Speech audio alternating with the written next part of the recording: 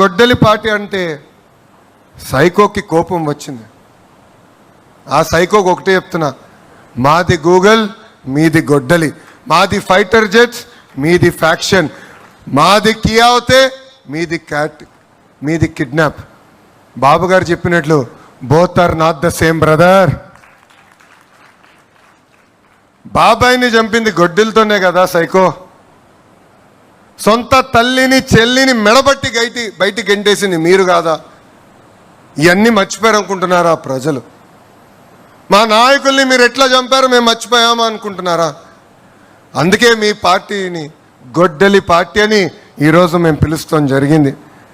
Telugu Desam party సిద్ధాంతాలే మన బలం, Telugu Desam party సిద్ధాంతాలే మన ఫౌండేషన్. మారిన కాలానికి సిద్ధాంతాలని కొన్ని సవరణలు చేశాం. మన జరిగిన మహానాడులో 6 శాసనాలు మనం ప్రకటించుకున్నాం. ఎప్పుడు ఏ నిర్ణయం తీసుకున్నా ఒక్కసారి కళ్ళు మూసుకుని 6 శాసనాల గురించి ఆలోచించాలని ఇక్కడున్న నాయకుల్ని, క్లస్టర్స్ ఉన్న కార్యకర్తలకి నేను పిలిపిస్తున్నా. తెలుగు జాతి విశ్వఖ్యాతి, యువగలం, స్త్రీ శక్తి, పేదల సేవల్లో సామాజిక న్యాయం, అన్నదాతకు అండగా కార్యకర్తలే మన అధినేత. ఈ 6 శాసనాలు మనం గుర్తుపెట్టుకోవాలి, రాసుకోవాలి.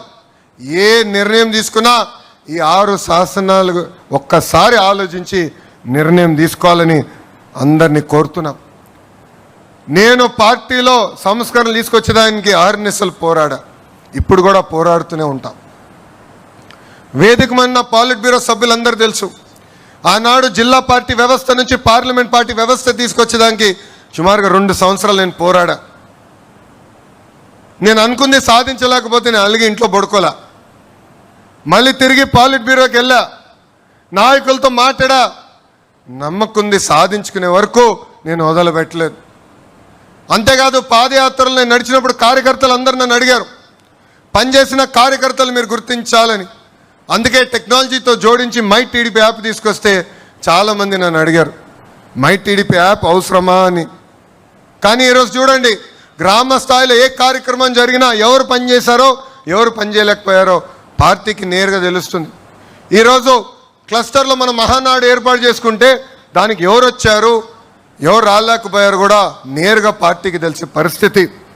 అందుకే పార్టీ చరిత్రలో ఎప్పుడు లేని విధంగా ఒక మండల్ పార్టీ అధ్యక్షురాలు శ్రీదేవి గారిని ఏకంగా పాలిట్ బ్యూరోకి తీసుకొచ్చిన ఘనత మన నాయకుడు చంద్రబాబు నాయుడు గారిది. అంతేకాదు పార్టీ ఆవిర్భావం నుంచి ఏకంగా సీటు పొత్తుల్లో పోయినా అండగా నిలబడి ఎక్కడ కార్యకర్తలు చెక్కు చెదరకుండా మా మంగళగిరి నియోజకవర్గంలో క్లస్టర్ ఇన్ఛార్జ్గా పనిచేసిన ధనంజయ్ గారిని కూడా ఏకంగా పాలిట్ బ్యూరోకి తీసుకొచ్చిన ఘనత మన నాయకుడు చంద్రబాబు నాయుడు గారు. నిజం గడప దాటే లోపల అబద్ధం ప్రపంచం చుట్టూ తిరిగి వస్తుంది. ఈరోజు మనం చూస్తున్నాం, ఆ సైకో పార్టీ, క్షమించాలి గొడ్డలి పార్టీ, ఆ గొడ్డలి పార్టీ ఎలాంటి కుట్రలు చేస్తున్నాయో మనందరం చూడాలి. మనందరం అప్రమత్తంగా ఉండాలి. ఎవరు ఊహించిన విధంగా 150 రోజుల్లో మనం డిఎస్సి నిర్వహించి మనం ఉపాధ్యాయులకి ఆఫర్ లెటర్ ఇచ్చాం. ఆ గొడ్డలి పార్టీ నాయకులు వెళ్ళి ఏకంగా 200 కేసులు మన పైన పెట్టారు. డిఎస్సి అడ్డుకోవాలని ప్రయత్నించారు, కానీ ఎక్కడా వాళ్ళు అడ్డుకోలేకపోయారు. అందుకే ఇప్పుడు కొత్త డ్రామా తీసుకొచ్చారు డిఎస్సి పైన. అందుకే చెప్తున్నా, సైకో నీది 10th క్లాస్ పేపర్ లీక్ చేసిన బ్యాచ్, నాది స్టాన్ఫర్డ్ హిస్టరీ ఉన్న బ్యాచ్. టీచర్ని లిక్కర్ షాప్ ముందలు నిలబెట్టిన ఘనత మీది. టీచర్ని సింగపూర్కి ట్రైనింగ్ పంపించిన ఘనత మాది.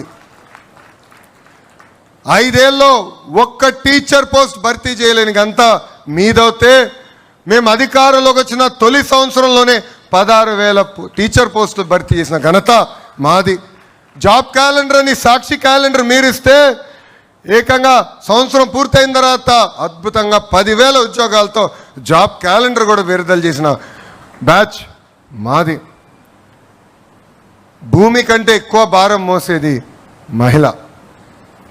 కొంతమంది మహిళలు కించపరిచే విధంగా తెలుగు వాడక భాషలో కొన్ని పదాలు వాడతారు.